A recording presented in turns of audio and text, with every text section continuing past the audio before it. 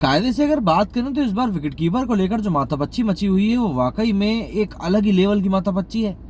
मतलब हम जवान प्लेयर्स की बात करते हैं, आप ऋषभ पंत की बात कर लो, आप जुरेल की बात कर लो, आप जायसवाल की बात कर लो, आप सैमसन की बात कर लो, आप केएल राहुल की बात कर लो, ये सब के सब कहीं ना कहीं as a wicket keeper team India में सिलेक्शन के लिए अपना दावा पेश कर रहे हैं। ये बात आप लोग बखूबी जानते ही होंगे। लेकिन उसी जगह पर अगर आपको मैं कहूं कि दो ऐसे बूढ़े शेर भी हैं जिन्होंने अपने दांतों को घिस घिस कर पैना कर लिया है और बोल दिया है कि भैया जवानी के इस जोश में इन बच्चों के ऊपर हम जरा अपना कहर बरपाना चाहेंगे। भाई दिनेश कार्तिक ने तो जाहिर तौर पर खुले तौर पर बोल ही दिया है कि यार T20 वर्ल्ड कप के सिलेक्शन के लिए अगर मुझे सिलेक्ट किया जाता है तो मैं बिल्कुल तैयार हूं इस चीज के लिए। वहीं पर धोनी को लेकर भी बातें होना तेज हो गई। धोनी ने हालांकि इस केस में खुद कुछ नहीं कहा है। धोनी के लिए रोहित शर्मा और अब वीरेंद्र सहवाग ने भी बात बोल दी। रोहित शर्मा ने कहा है कि धोनी तो भाई अमेरिका जा ही रहे हैं, हालांकि वो दूसरे असाइनमेंट से जा रहे हैं, लेकिन साथ में रोहित शर्मा ने यह भी कहा कि जिस तरीके से धोनी इस समय खेल रहे हैं वाकई में बहुत ज्यादा शानदार है और कोई भी कप्तान यही चाहेगा कि यार उसकी टीम में एक ऐसा खिलाड़ी हो जो आखिरी ओवर में सामने वाली टीम का भरता बनाने में बिल्कुल माहिर हो।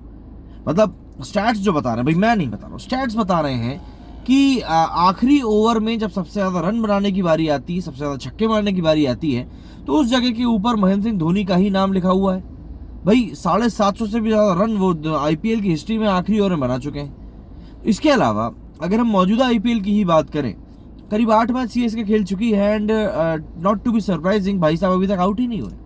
और क्योंकि आउट नहीं हुए हैं इसलिए उनका एवरेज अभी भी इन्फिनिटी है। एंड इन सब के अलावा एक फैक्ट और बता दूं आपको कि महाशय धोनी जी जो हैं इनका स्ट्राइक रेट 255 का है अभी तक के आईपीएल में। और क्या तो मचा रहे हैं, ये चीज तो आप लोग देख ही रहे होंगे, नोटिस कर ही रहे होंगे।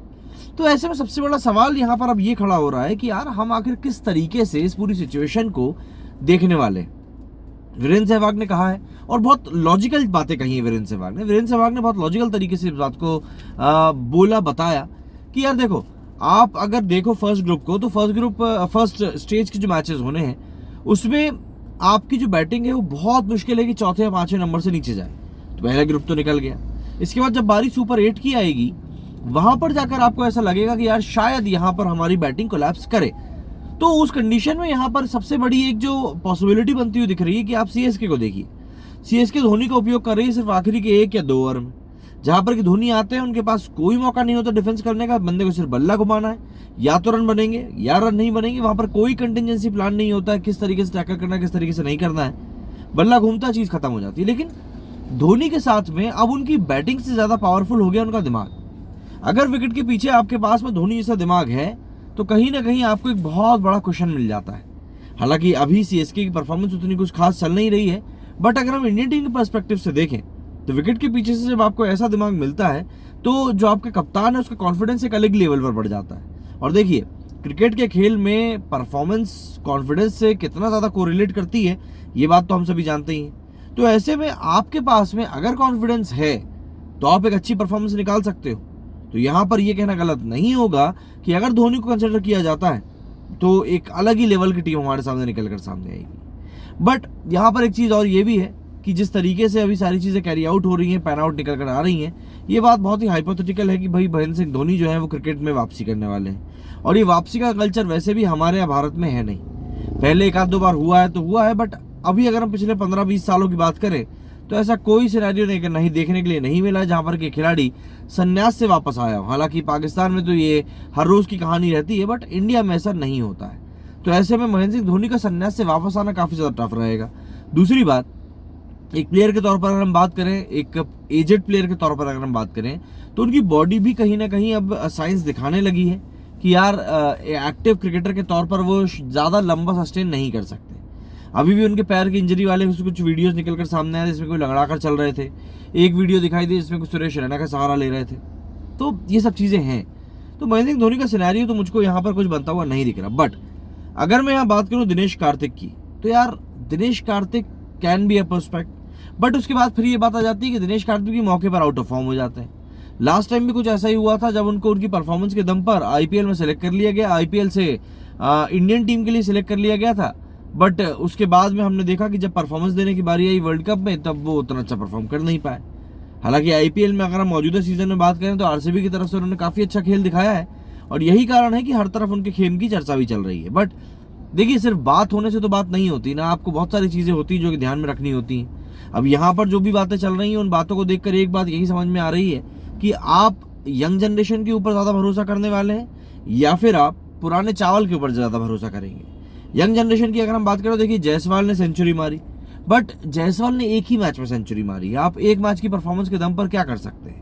इसके अलावा अगर हम आगे की बात करें तो संजू सैमसन कंटिन्यूसली अच्छा परफॉर्म कर रहे हैं। संजू सैमसन सबसे ज्यादा मुझे मजबूत दावेदार इसलिए भी लग रहे हैं क्योंकि न सिर्फ रन बनाने के मामले में बल्कि एक पॉइंट तक अगर मैं कहूं तो बंदा कप्तानी भी अच्छी कर रहा है।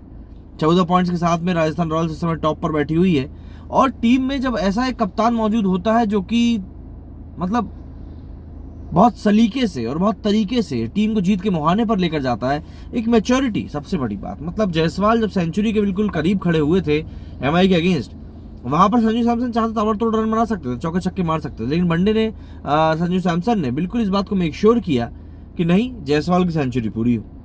तो ये एक प्लेयर के तौर पर आपकी मैच्योरिटी का लेवल बताता है कि नहीं यार आप अपने टीममेट्स को लेकर किस तरह की सोच रखते हो, आप अपने टीममेट्स को लेकर किस तरह का अप्रोच रखते हो, ये सब चीज़ें दिखाता है। और कहीं ना कहीं एज अ प्लेयर ये सारी चीज़ें बहुत ज़्यादा मैटर करती हैं और यहाँ पर भी हमको वही चीज़ें देखने के लिए मिल रही है एज अ प्लेयर। अगर हम बाकी प्लेयरों की बात करें तो संजू सैमसन को हम एक कंटेंडर मान सकते हैं। इसके अलावा केएल राहुल जो है उनकी परफॉर्मेंस पैचेस में निकल कर आ रही है। ही इज़ नॉट परफॉर्मिंग मतलब कि वो डायरेक्टली बस लग रहा है कि हाँ इतना बड़तोड़ परफॉर्मेंस चल रही है, ऐसा नहीं लग रहा है। तो इन सब चीज़ों के कारण कहीं ना कहीं थोड़ी बहुत समस्याएं जो है टीम इंडिया के सिलेक्टर्स के सामने खड़ी तो बिल्कुल हो रही हैं और इस चीज़ को समझना भी इस समय इस पॉइंट ऑफ टाइम पर बहुत ज़्यादा ज़रूरी हो चुका है कि आप कैसे इस पूरी सिचुएशन को टैकल करने वाले हैं। क्योंकि अगर आप इस सिचुएशन को टैकल नहीं करेंगे तो ऑब्वियसली बात है आने वाले समय में जब आप सिलेक्शन के लिए जाएंगे, टीम के लोगों को चुनेंगे, टीम के लोगों को देखेंगे कि हाँ भाई किसको हमें किस पोजीशन पे खिलाना है, तो आपके सामने बहुत ज़्यादा कन्फ्यूजन रहेगा।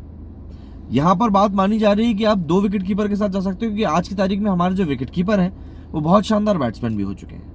ऋषभ पंत की हमने बात नहीं करी। ऋषभ पंत भी खुद जब से वापस आए हैं तब से दिल्ली की तरफ से ऐसा लग रहा है सिर्फ वही फॉर्म में है, तो ऋषभ पंत को भी इग्नोर करना मुश्किल हो जाएगा। हालांकि पूरा आईपीएल वो खेल रहे हैं तो इस बात से एक बात तो क्लियर है कि उनकी फिटनेस में कोई इशू नहीं है, ना ही उनके गेम प्लान में कोई चेंजेस आए हैं, तो ऋषभ पंत को भी इग्नोर करना थोड़ा मुश्किल हो जाएगा। तो हमारे पास अब ऐसे प्लेयर्स की भरमार हो चुकी है जिनको कि आप इग्नोर नहीं कर सकते। हाँ, संजू सैमसन और ऋषभ पंत को आप एक साथ खिला जरूर सकते हो क्योंकि संजू सैमसन ना सिर्फ ओपनिंग कर सकते हैं बल्कि तीसरे नंबर पर भी बढ़िया बैटिंग कर सकते हैं। लेकिन अगर यहाँ पर इन दोनों को लिया जाता है तो शुभमन गिल का पत्ता कटने के पूरे आसार नजर आ रहे हैं क्योंकि इस बार के आईपीएल में वही एक बंदा है जो कि सही तरीके से चल नहीं पाया है।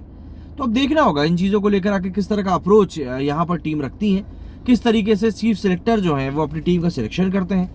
By the end of the April हमको पता चल ही जाएगा कि भाई कौन सी टीम बढ़िया जीत की तरफ जा रही है और नहीं जा रही है। तो ये सब चीज़ें हमारे लिए क्लियर हो जाएंगी। बाकी आपका क्या कहना है इस बारे में, कमेंट सेक्शन आपके लिए खुला हुआ है, कमेंट करके जरूर बताएं। मेरे स्टूडियो फिलहाल इतना ही। जय हिंद, जय भारत।